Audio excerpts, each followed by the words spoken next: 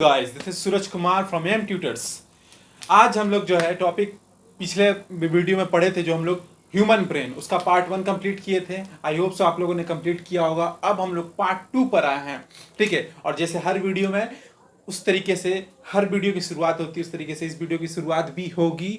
और ये शुरुआत होती है भगत सिंह से। भगत सिंह ने कहा था, जिंदगी जो है, जिंदगी अपने कंधों पे जी जाती है, क्योंकि दूसरों को कंधे पर जो है ना, वो सिर्फ जनाजे उठते हैं। यानी कि जो करना है खुद के दम पर करो, किसी के ऊपर डिपेंड मत रहो, क्योंकि डिपेंड होने वाले लोग कभी सक्सेसफुल नहीं होते हैं।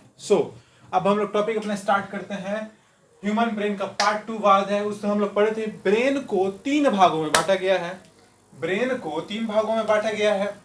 वो 3 भाग कौन से हैं? वो है अग्र, मध्य और पश्च। पढ़े थे हम लोग। उसी तरीके से अभी हम लोग वही काम करेंगे। पहला वाला तो हम लोग पिछला टॉपिक में कवर कर लिए थे, लेकिन दूसरा वाला और तीसरा वाला बच गया था, तो उसको यहाँ पर हम लोग कंप्लीट करते हैं। बोला गया है मध्य मस्तिष्क के बारे में, बहुत इजी है मध्य मस्तिष्क। यह मस्तिष्क का एक छोटा सा संकुचित भाग है, बहुत छोटा, बहुत संकुचित भाग है। यह डायनसेफेलॉन के पीछे, डायनसेफेलॉन हम पिछला वीडियो में डायग्राम जो है ना, डायग्राम उसको सामने रखिएगा, जो हम पिछले वीडियो में बनाए थे, ठीक है। उस डायग्राम के साथ इस टॉपिक को रखिएगा, तब आपको पूरा क्लियरली समझ में आ जाएगा। जस्ट इमेजिन कीजिए, हम जो बोले डायनसेफेलॉन है, डायनसेफेलॉन के ठीक पीछे और प्रमस्तिष्क यानी कि हम लोग का सेरिब्रम जो होता है, सेरिब्रम सामने वाला भाग, उसके ठीक नीचे तथा पश्चिम मस्तिष्क यानी कि पीछे वाला ब्रेन के ठीक ऊपर स्थित होता है, यानी बीचों बीच होता है। और इसमें 4 दृष्टिपिंड होते हैं, ऑप्टिकल लोब्स होते हैं। ऑप्टिकल लोब्स कह दें, ऑप्टिकल लोब्स का मतलब ये होता है जिसके कारण हम किसी भी चीज को दृष्टिहीन, माने दृष्टि चीज को, हम लोग कोई भी चीज को सेंस जो होता है, हम लोग देख करके जो अनुभव करते हैं, उसका एहसास इन सभी पिंडों के कारण ही होता है।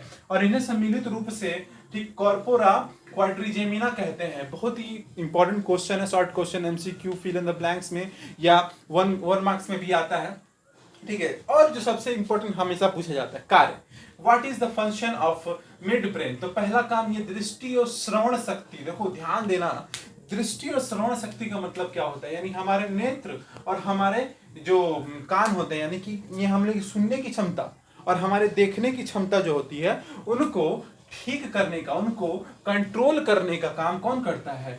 यही करता है मध्य मस्तिष्क। और इसके द्वारा नेत्र गोलक, यानी कि हम लोग नेत्र गोलक समझते होंगे, ये जो आंख जो होता है, उसके अंदर जो आईबॉल होता है, ठीक है ना, ये पूरा आंख है, उसके अंदर जो आईबॉल है, वो आईबॉल का कंट्रोल जो होता है, गति तथा प्यूपिल्स का अधिक प्रकाश की ओर संकुचित होना।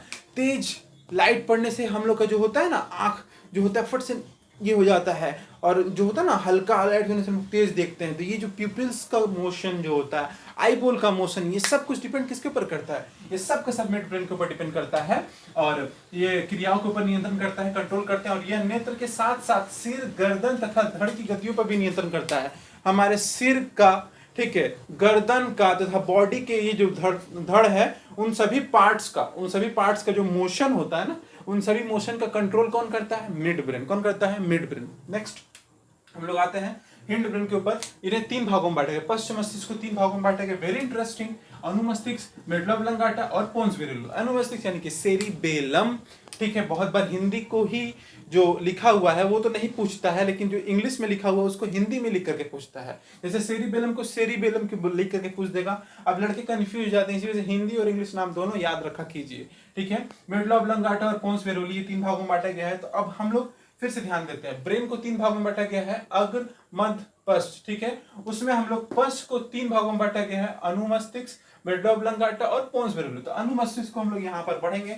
अनुमस्तिष्क सेरिब्रम के ठीक नीचे होता है और स्थित बड़ा ठोस एवं जटिल भाग है, काफी जटिल भाग होता है, ठीक है। ये वही है जिसको हम लोग छोटा दिमाग कहते हैं। पिछले वीडियो में छोटा दिमाग कहा था, नाना पड़ेगा का बेस्ट डायलॉग, पीछे में तुम्हारा छोटा दिमाग होता है, यही है, यही वो है, ठीक है। तो उसके बारे में हम लोग डिस्कस करेंगे। और ये जो है ना, ये जटिल होता है, ठोस होता है, और इसकी पृष्ठ सतह अधिक वलित होती, काफी फोल्डेड होते हैं, मतलब ऐसे ऐसे ऐसे परत परत परत परत, काफी जो है कॉम्प्लेक्स होता है ये चीज तो।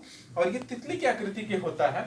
इसमें 3 पिंड होते हैं, 2 दाएं 2 बाएं होते हैं, ठीक है ना, और एक मध्य में होता है।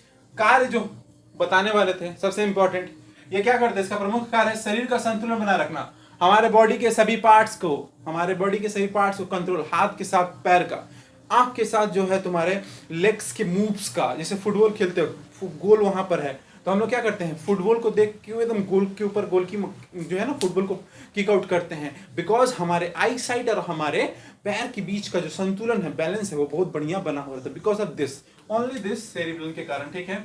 और ये मांसपेशिया के कार्य सामंजस्य में स्थापित करता है। डेफिनेटली अगर हमारा मसल्स ही नहीं रहेगा तो हम कोई चीज को उठा नहीं पाएंगे, कोई मोशंस नहीं रहेगा, बिकॉज ये सभी मसल्स को कंट्रोल कौन करता है, सेरिबेलम, ठीक है। उसके बाद मेडुला ऑब्लंगाटा, वेरी इजी, हम बताए थे कि हमारे ब्रेन और स्पाइनल कोड के बीच की जो चीज होती है, जो उसको ज्वाइंट कर रखता है, जंक्शन को कहते हैं मेडुला ऑब्लंगाटा, ठीक है। तो मेडुला ऑब्लंगाटा ध्यान देना पड़ेगा। मेडुला ऑब्लंगाटा ये मस्तिष्क का सबसे पिछला भाग होता है, सबसे लास्ट वाला, और ये लगभग 3 सेंटीमीटर ही लंबा होता है, 3 सेंटीमीटर याद रखना पड़ेगा।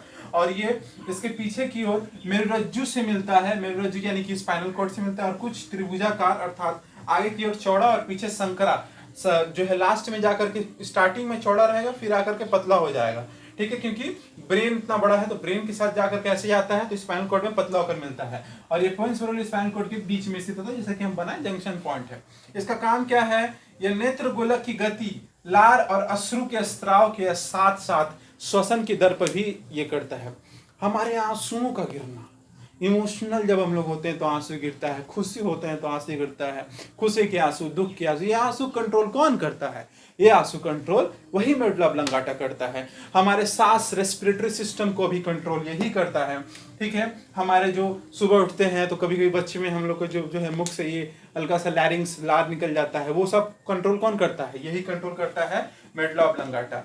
फिर उसके बाद पोन्स वेरुली के ऊपर आते हैं हम लोग। पोन्स वेरुली में जहाँ की हम बताते हैं, पोन्स वेरुली मेडुला ऑब्लंगाटा का अग्र, अधर तथा अनुप्रस्थ तंत्रिका की पट्टी जैसी रचना होती है, जो पोन्स वेरुली कहलाती है। और यह सेरिबेलम के सामने और मेडुला ऑब्लंगाटा के ठीक ऊपर स्थित होती है, उसके ठीक ऊपर स्थित होती है। डायग्राम में हम अच्छा से एग्जैक्टली बताए हुए हैं। और यह गति और श्वासन के ऊपर भी क्या करता है, नियंत्रण करता है। हमारा जो मोशन होता है बॉडी में, श्वासन दर होता है, रेस्पिरेटरी जो रेट होता है, उन सबको कंट्रोल करने का काम कौन करता है, पोन्स वेरुली। आई होप सो आप लोग को ये चीज समझ में आया होगा, और इसी वजह से पूरा ब्रेन का मेरा टॉपिक कंप्लीट हुआ, पार्ट 1 पार्ट 2। और अगर आपको कोई भी वीडियो चाहिए कोई भी टॉपिक्स पर, प्लीज कमेंट्स कीजिए हमको, ठीक है। और कमेंट्स में आपका जो भी कमेंट रहेगा उसके अनुसार हम अपना आगे का वीडियो में कवर करेंगे, उसको हम बनाएंगे। तो जैसा लगा वीडियो, अगर अच्छा लगा तो सब्सक्राइब कीजिए, शेयर कीजिए जितना ज़्यादा से ज़्यादा हो सके। और हम लोग एक से एक टॉपिक्स पर वीडियो बनाने वाले हैं, डे बाय डे अपलोड होगा। So please subscribe and bell icon को दबाना मत भूलिएगा, और शेयर तो करना ही है। सो